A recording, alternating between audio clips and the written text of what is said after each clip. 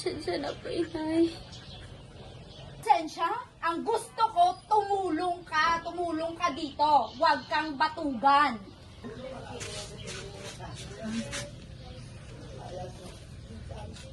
Sige, basagin mo yan. Pag nabasagin, babasagin ko rin yung mukha mo. Kung hindi dahil sa tatay mong babae raw, hindi ako magkakaganito. Sana, magsama na lang kayo. Ikaw na anak niya, pareho kayong walang kwenta. Mga walang kwenta kayong dalawa. Dito ka lang. Gusto ko sumama. Ayaw mo ba talaga akong papapasukin? Baka makita tayo ng asawa ko dito. Sayang naman tong outfit ko kung hindi mo ako papapasukin. Diyan ka na lang kasi nandito yung asawa ko. Sige na nga, alis na ako. Parang nagagalit yung asawa mo eh. Bye love, see you tomorrow.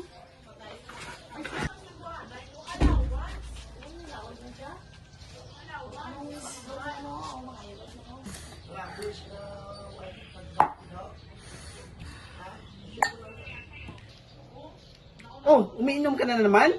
Magtagayan na nga tayo dito. Huwag mo idama yung anak mo. Maya, pumasok ka na sa kwarto mo.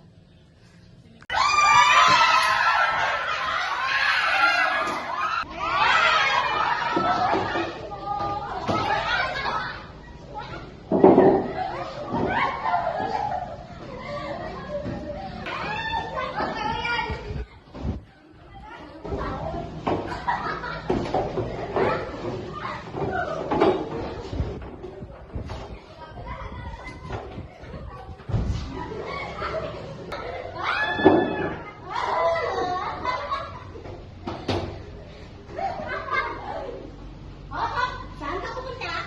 Eto si Grace, oh. Walang kaibigan.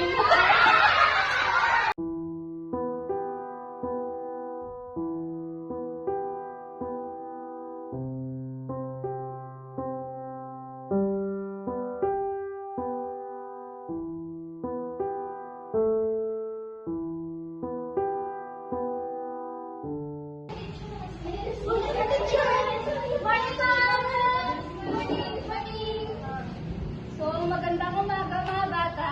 Magandang umaga. Maganda na sa klase.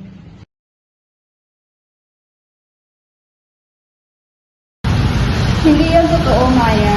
May mga matatanda lang na nakakalimutan ng mahal. Naiintindihan ko. Pero napansin ko sa drawing mo, laging ikaw lang yung natutulog. Bakit? Kasi hindi ako marunong maging masaya, teacher. Simula bukas, simulan natin ang bato, Maya.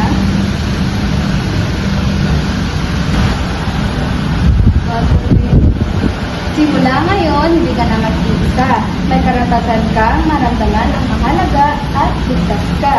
Kaya mo bang magtiwala sa akin, Maya? Oo, teacher.